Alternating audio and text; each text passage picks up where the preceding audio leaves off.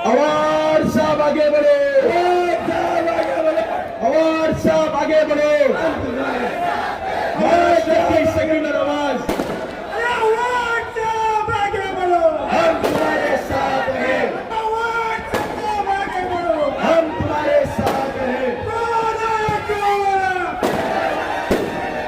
महाराष्ट्र की सेक्युलर आवाज, महाराष्ट्र की सेक्युलर आवाज, महाराष्ट्र की सेक्युलर आवाज, महाराष्ट्र की सेक्युलर आवाज।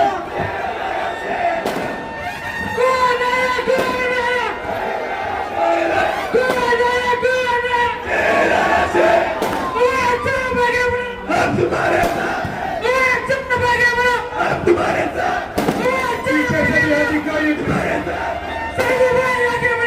तुम्हारे साथ, तुम्हारे साथ, तुम्हारे साथ।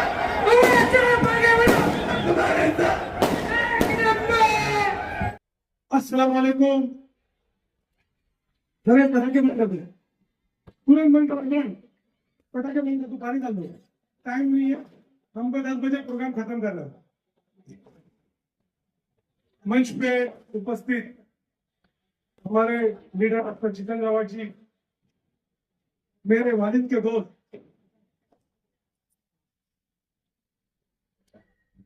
नईम खान साहब, मेरे बड़े भाई विधानसभा के अध्यक्ष जिनके नेतृत्व में मैं संगठन का काम करता हूं, शमीम खान साहब, सभी हमारी टीम।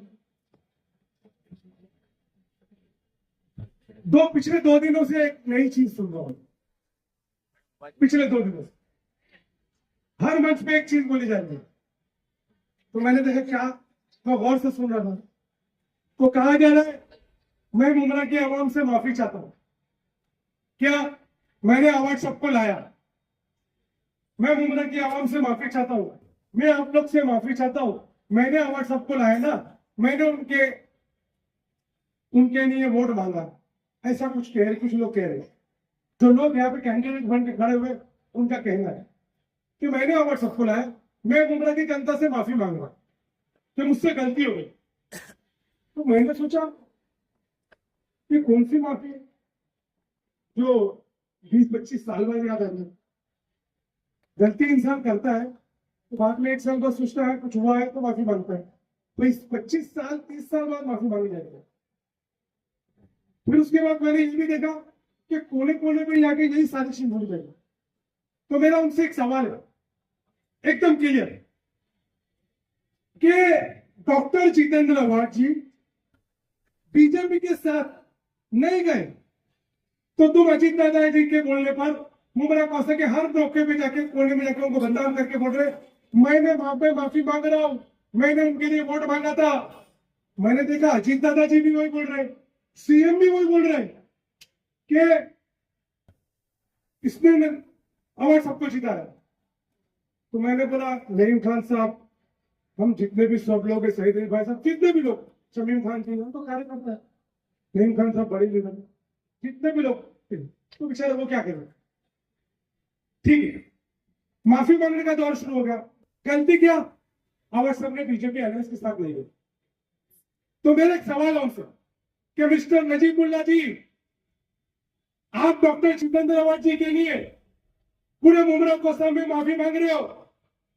मैं पूछना चाहता हूं कि खाली अवार्ड साहब बीजेपी के साथ नहीं गए तो आप माफी मांग रहे हो, और आप बीजेपी के साथ गए तो बिल्किस बानो से माफी मांगोगे, जिसने बीजेपी वालों ने रेप कराया था। उसके लिए तो पूरे महाराष्ट्र और देश में माफी मांगना पड़ेगा। क्या दाने चली से माफी मांगोगे कि जिसको न्याय का मंदिर कहा जाता है, मेंबर ऑफ पार्लियामेंट, वहां पे कटुआ और मुल्लों के नाम से उसको कंटिन्यू बुलाया गया, उसके लिए भी आपको देश से माफी मांगना पड़ेगा। और क्या इखलाक से माफी मांगोगे, जिसका खाली बीफ रखे कि बीफ है उसके पास, इसको बोल के मर्डर कर दिया गया, तो ये सारे लोगों से माफी मांगोगे नजीबुल्ला जी? अरे खाली मुमरा कोसा में छोटी सी बात के लिए आप बीजेपी के सुपारी पर माफी मांगने लगे हो। सोचिए बीजेपी में क्या क्या करिए देश में, तो पूरे देश में माफी मांगना पड़ेगा आपको, पूरे देश में। और पे बहुत सारे नाम है, बहुत सारे नाम। मैं एक बात आपको बताऊं, ये नाले गटर रास्ते का पानी का चुनाव नहीं। और मैं ये भी कहता हूं मिस्टर नजीबुल्ला और उनकी टीम, हमारी लड़ाई तुमसे नहीं है,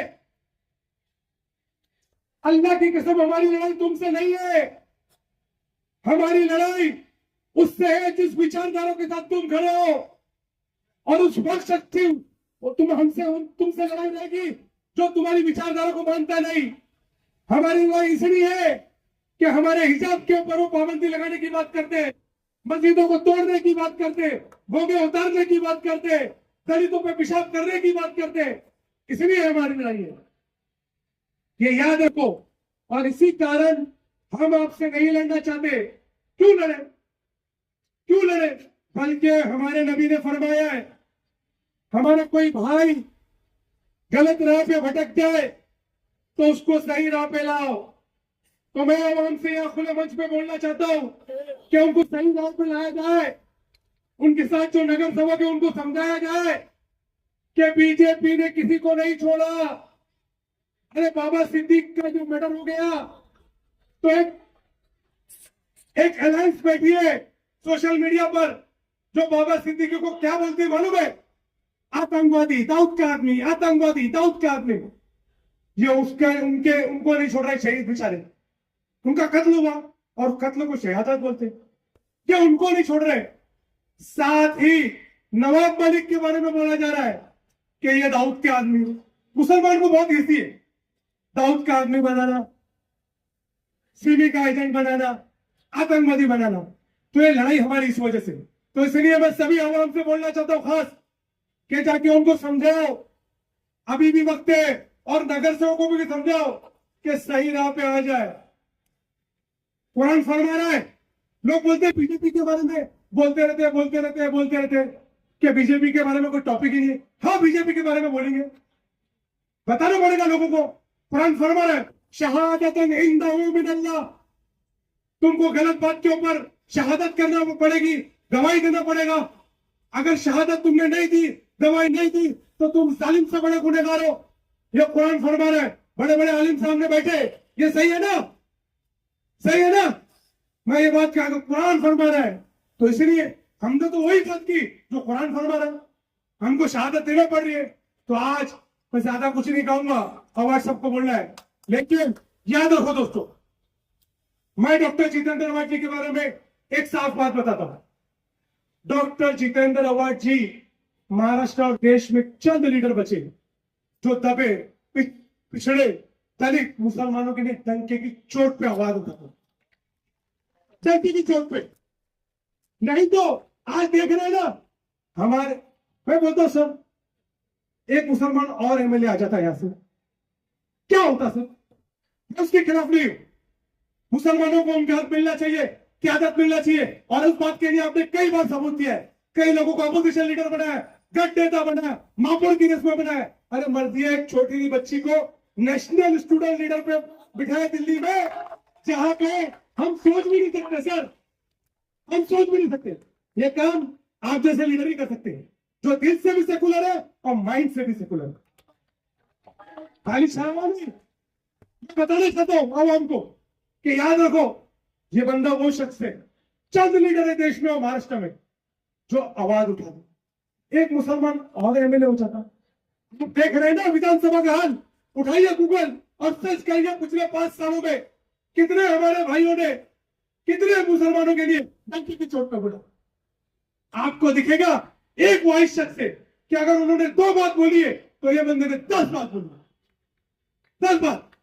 तो क्या हमें जरूरत नहीं ऐसे सेकुलर लीडर की?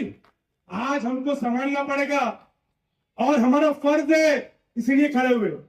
मैं कॉर्पोरेटर नहीं हूं 3 साल से, मैं अवार्ड साहब के साथ हूं। सारे कॉर्पोरेटर नहीं है 3 साल से, वो अवार्ड साहब के साथ है। कुछ चले गए 5-10 करोड़ रुपए के लिए नीति मिलेगी। मैं बोलना चाहता हूं, ये रास्ता बना दिया हम लोग ने, मैंने और अवार्ड साहब ने। अरे इसके बाद वापिस रास्ता बन जाएगा। आप क्या सोने का रास्ता बनाओगे? ये अगर आप सोने का रास्ता बनाते हो, मैं अवार्ड साहब को बोलता हूँ साहब आप चुनाव मत लो, सोने का रास्ता बनने वाले आवाम खोद के खाएगी। रास्ता वापिस कांग्रेस का बनेगा, वापिस बनेगा। आप 1000 करोड़ का स्कूल बनाओगे, लेकिन जिस विचारधारा में, जिस पार्टी में आप साथ में हो, वो डायरेक्ट बोल देगी उस स्कूल और कॉलेज में हिजाब नहीं चाहिए। क्या कर लोगे आप? उस स्कूल और कॉलेज में कोई टोपी पहन के, दाढ़ी पहन के नहीं आएगा। क्या कर लोगे आप? उधर शरीयत की बात नहीं करना, उधर कलमा नहीं पढ़ना, उधर मटन नहीं खाना। ये हालत बनाती है देश। क्या हमें मंजूर है? अरे ऐसी 100 करोड़ की स्कूल और कॉलेज को लात मारते जहां हमारे शरीयत का लेना देना नहीं, लात मारते। तो इसलिए मैं बोलने आया हूं, याद रखिए डेवलपमेंट की सारी चीज होते रहेगी। अवार्ड साहब ने बहुत काम किया है, बहुत काम गिनाने जाऊंगा दिन कम बढ़ जाएंगे। हमको यार, और एक खासतौर से नौजवानों, पिछले 2 दिनों में नई चीज चालू हुई है। आपका वोटिंग आईडी नंबर लेके पैसे 3000-4000 की बात हो रही है, बिल्डिंग को 5 लाख 10 लाख देने की बात हो रही है। पैसा मिलता है लेके खा जाओ, पैसा मिलता है लेके खा जाओ, और जितना पैसा मिले उतनी ताकत से वोट देना।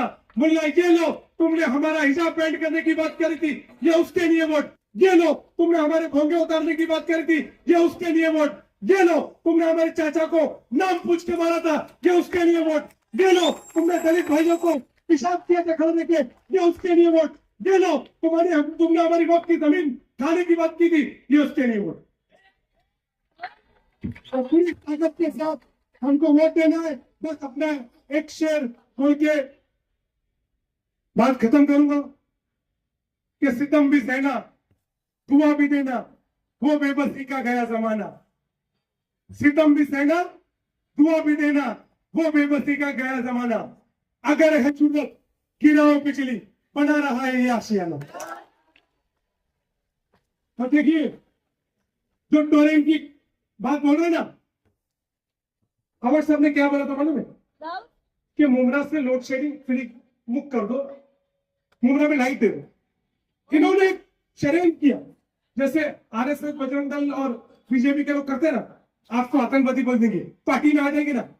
तो अरे ये आदमी अवार्ड साहब अगर बीजेपी ज्वाइन कर लेता तो कैबिनेट मिनिस्टर होगा।